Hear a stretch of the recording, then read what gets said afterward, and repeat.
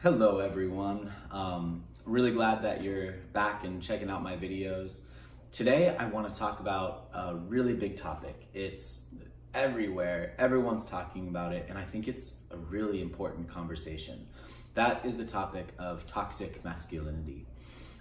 Toxic masculinity is really pervasive in our culture right now, and that's why it's one of the big reasons why a lot of people are talking about it. I mean, look at our president.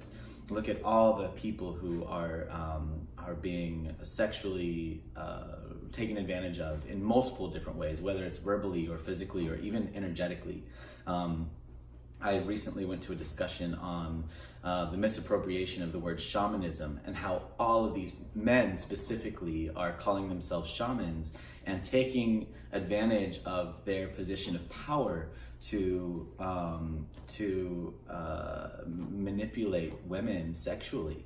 These are usually really attractive men who are like, I'm a shaman, and then of course because of their position of power, people think that they are special or whatever, and then these people end up getting taken advantage of. So what is toxic masculinity? Really big question, and to say that I can answer that fully would not be doing the topic justice. However, in my personal opinion and how this thing works is that it's really no different than toxic femininity. If you take the example of the yin and the yang, it's really just masculinity out of balance or femininity out of balance. It's anything that kind of like supersedes, has like an overexertion of. And so, you kind of look at toxic masculinity and how many like pervy women are there? I think the only pervy woman I know of is like on like SNL or something like that. But really the only like perviness where there's this like you look at what's his name, Giggity Giggity on Family Guy, and it's like this thing where it really only exists in male culture, and that's because men have a slightly different relationship to sexuality and sex, as well as aggressiveness and things like that, because our minds are different. And so really the thing that is healthy in a man is taking that aggressive nature and turning it into a kind of like a silent power, and similar with women. And so when we're looking at these topics, it's really important to kind of be like, how is it that we embody the things that we're working with? And that brings me to the really important topic here, which is body work. How does toxic masculinity represent itself in the body? And so oftentimes you get this like puffed out, like overexerted puffed out chest. Of course, if you're holding yourself out from your chest, that can be really beautiful. It's actually a really like healthy stance. But if you're overexerted in the chest, your chest is popped out, your chin is up, then you have something that looks a little less healthy. The other thing is like holding out the arms. The holding out the arms posture is to like puff yourself out and make yourself appear bigger than you actually are. Again, then we're looking at some potential toxic masculinity. Now, some people, their musculature, the way that they work out their bodies, they take on this natural stance, or this natural position, and that's not necessarily always unhealthy or toxic. And some people hold themselves that way intentionally to make themselves look bigger than they appear. And sometimes that comes out of actually being less comfortable with self. It's a type of toxic masculinity where it's actually not being fully comfortable in one's own body. Another way that toxic masculinity presents itself is kind of through eyes, the way that someone expresses themselves through their eyes. And so, if they're trying to be intimidating, it's this thing. Or like if they're trying to look down on someone, if someone's trying to look down on someone, it's kind of like this, it's literally looking down on them. Like, you get this like, sort of thing going on.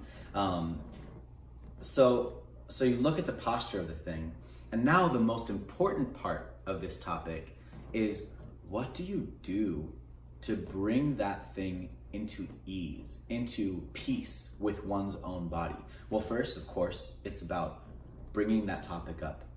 Not necessarily, you never want to say like, you're a toxic masculine, but bringing up the fact, being like, oh, I see that when you're holding yourself in, like, say this way, that actually doesn't that doesn't represent itself in a healthy way in your body. So what's a way that you can feel safe and protected in your body, but also so that you're not trying to intimidate others, or even really intimidate yourself? We're really such a mirror. We're such a mirror to ourselves. Our bodies are a literal representation of what's going on in our subconscious. So how can you represent yourself subconsciously in a conscious manner? And that really like puts that out. And that can look a billion different ways. There's this really beautiful book called King, Warrior, Magician, Lover. And those are kind of the 4 highest aspects or archetypes of man. And it's really, the symbology of what the author talks about in it is really beautiful. And I think it really speaks to some really good ways of how men can represent themselves in their most authentic and true nature. Being true to ourselves. And that kind of brings me to the final thing that I want to talk about, is being true to ourselves. We can't, especially people who are really, really deep in their toxic masculinity, they're not going to be able to just one day wake up and be like, oh gosh, I've been so toxic. This is a process. And the more that we can hold compassion for people who are going through this process, and to really walk them through and hold their hand and say, hey, here are some behaviors that might not serve you. It's not about whether or not those behaviors might serve you or the person that's bringing those things to light. It's that these behaviors aren't actually serving them, the person who is portraying these behaviors. And so how can we bring these behaviors to light so that the person feels themselves that maybe those behaviors aren't serving them? And I think that's a really, really important thing to look at. And not only for themselves, but also how can you look at your own behaviors, whether you're male or female, or non-binary. How are you looking at your own masculine attributes and behaviors and treating them with love and compassion, so that when you see it in someone else or with someone else, that you're taking care of it and being kind to it and compassionate. So that's about all. That's all I'm going to talk about today. And thank you so much for your time. Thank you for signing in. If you like what I've talked about today, please subscribe, like, comment below, and thank you so much for taking your time today.